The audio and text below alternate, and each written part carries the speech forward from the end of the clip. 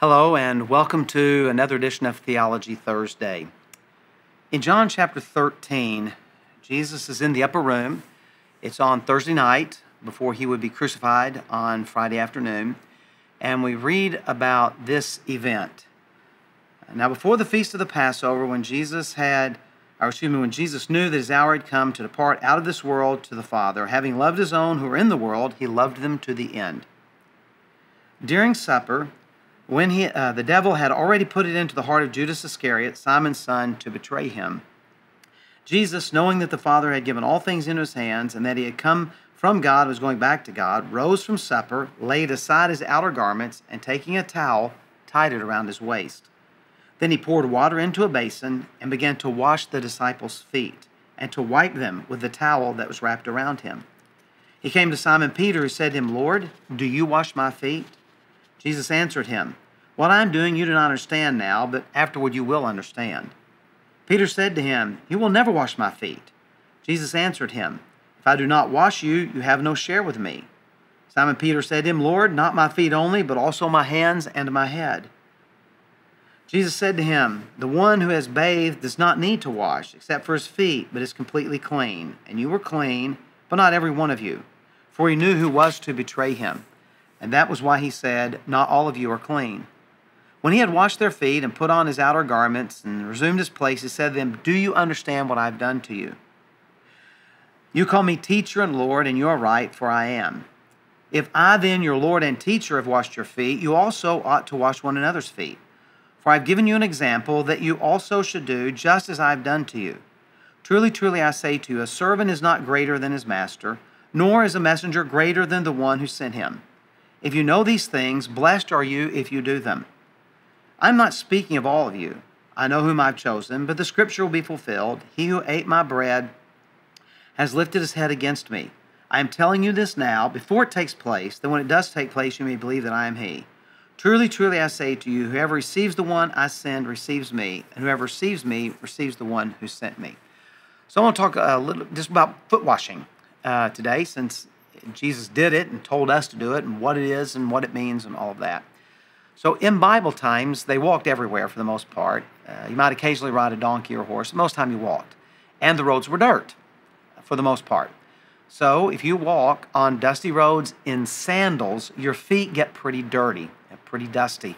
And they lived in an arid, dry climate, certainly in Israel and in Jerusalem in particular, just a few inches of rain a year, it's basically desert. And so when you would arrive at someone's house, if they had a tile or a wood floor or a clay floor or something, you didn't want to just track dirt in.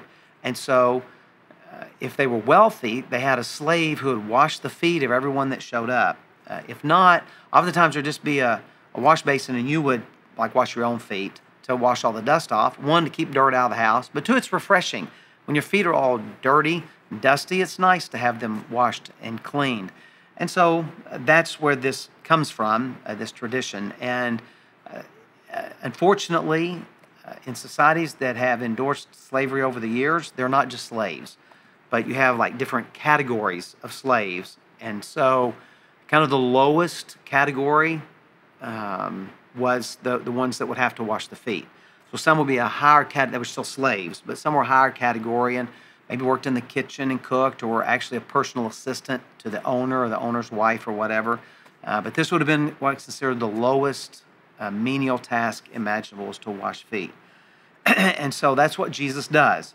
He washes the disciples' feet. Now, there are a couple things there that are interesting about Jesus washing their feet. Probably the most significant is Jesus is not washing their feet because they're dusty and dirty.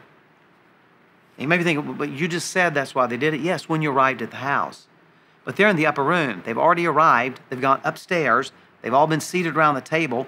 They've all eaten. And when they didn't sit in chairs like this. They actually kind of leaned against one another.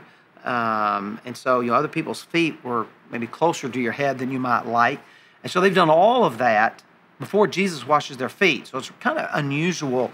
Actually, it's very unusual to have washed their feet at this stage.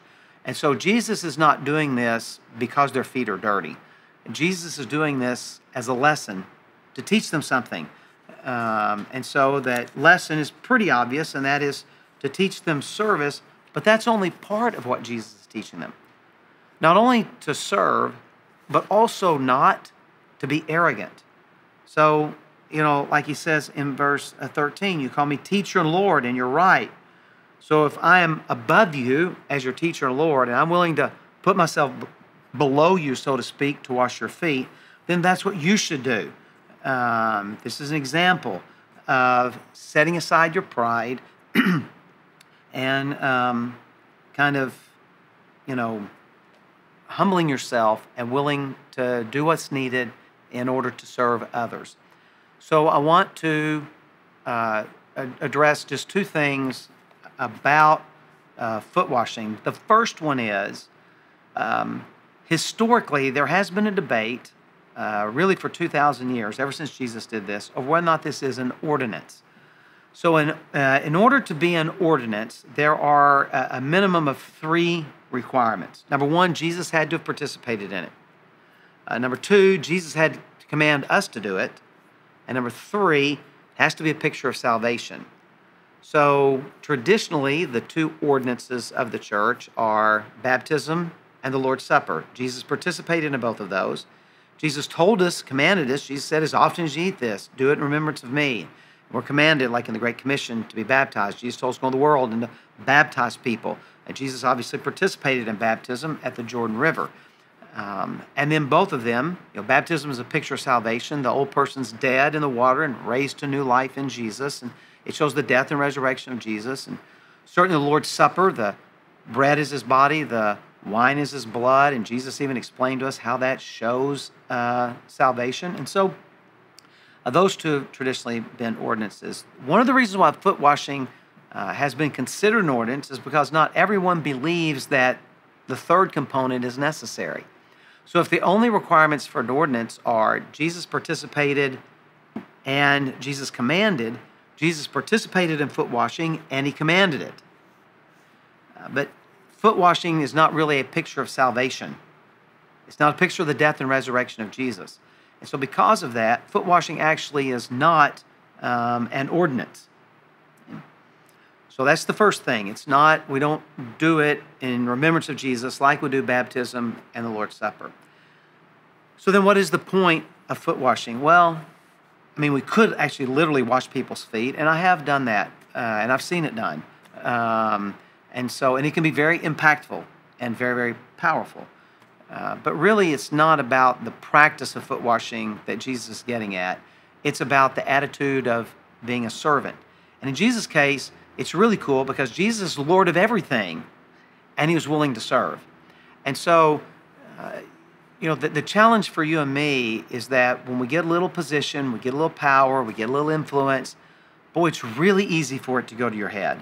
It's really easy for it to go to your head. And we don't want that to happen. We don't lord it over people. Instead, we serve people. We serve one another.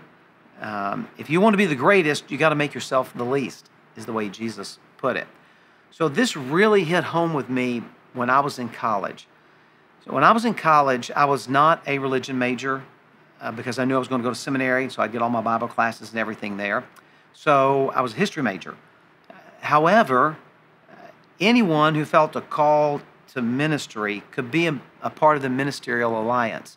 And so I was joined the ministerial alliance because I was in college because I felt like God was calling me to ministry, and I actually was pastoring a small church of 18 people about 20 miles from our university. We lived in a house next to the church and drove back and forth to college. Jerry and I did for about all 3 years that I was in college. And so we had this ministerial alliance would meet regularly, like on, I think it was once a month, like on Tuesday nights, and we would have usually a pastor to come in, and they would preach, and then a lot of times there was a Q&A with them, or they would just kind of talk to us about ministry and stuff. And so at that time, back in the mid-1980s, Mike Huckabee, who you probably know as a former governor of Arkansas, presidential candidate, and political commentator now, actually was a pastor in Arkansas. And he was a pastor in Texarkana, Arkansas at the time. And so they had invited him to come in and to speak to us. And he spoke about being the pastor as the leader of the church, but the best leader is a leader who is a servant.